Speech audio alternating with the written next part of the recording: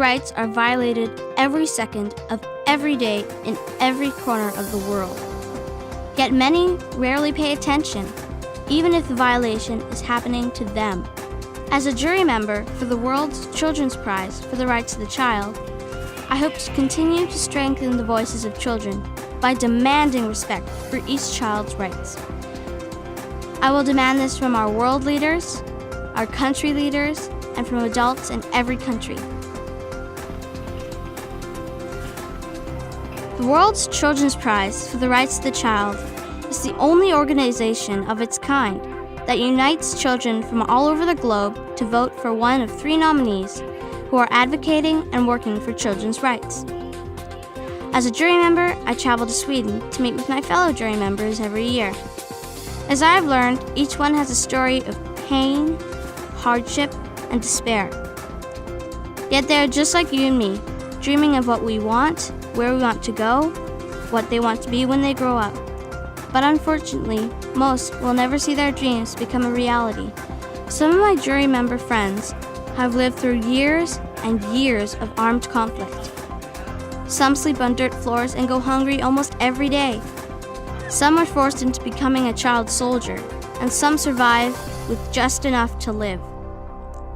That's why it is so important to learn about our rights, their rights, child rights, and human rights.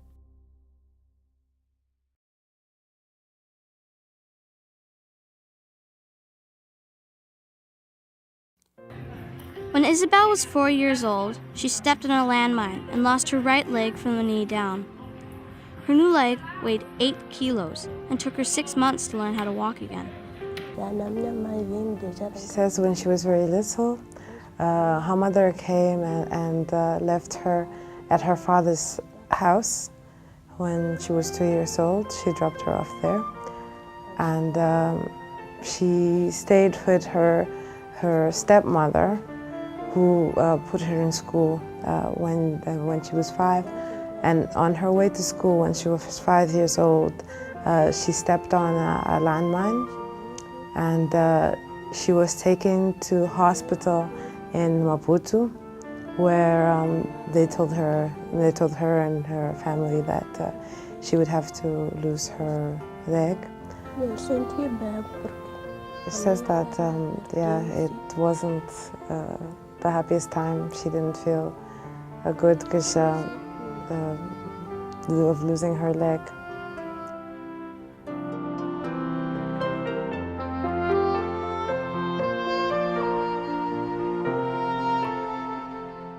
It's a bit of a wake-up call as to what kind of a life I led, my brother and I, and what kind of life my parents were able to give us, and that so many children, not only in Mozambique but all over the world, don't have access to that, and that I think it's completely overwhelming, and I think in a lot of ways I feel a bit guilty for having had like that extra, I don't know how to explain it exactly, but I feel like I feel like I'm not even maybe deserving, because these children do such amazing things, and they like teach other children, and they go through so many things, and I think about, oh my gosh, what did I do when I was when I was little, when I was young, or what did I do to make the world a better place, and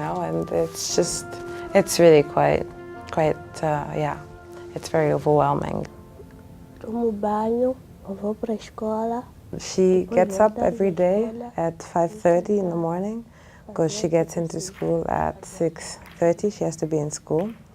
And it takes her about 30 minutes walking from her house, where she lives now, to school.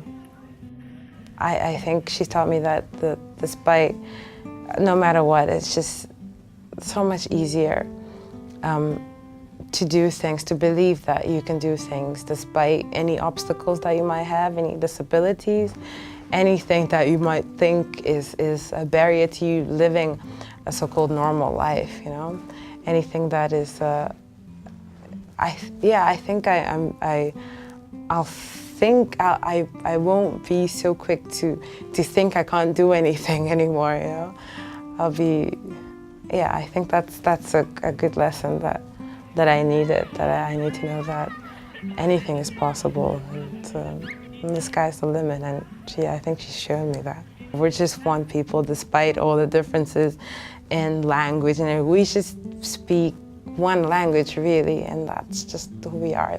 We're human, we're, you know, and I think that's something that we always have to remember. Despite the fact that we might live in a rich country or a very poor country, we have to remember that we're all connected in some way, and I think we'll only ever be happy once everyone else is happy as well.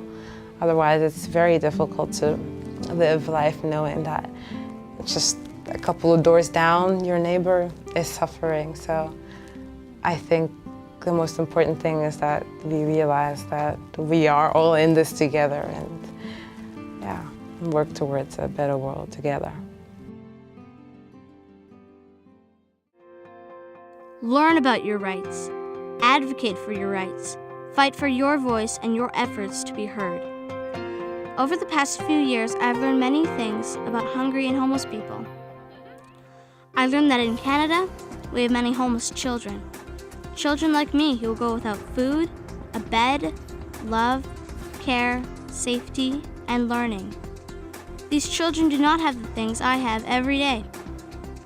We all need to work together to help these homeless children have chances at the life they want. Let's help our children have a chance at a better life.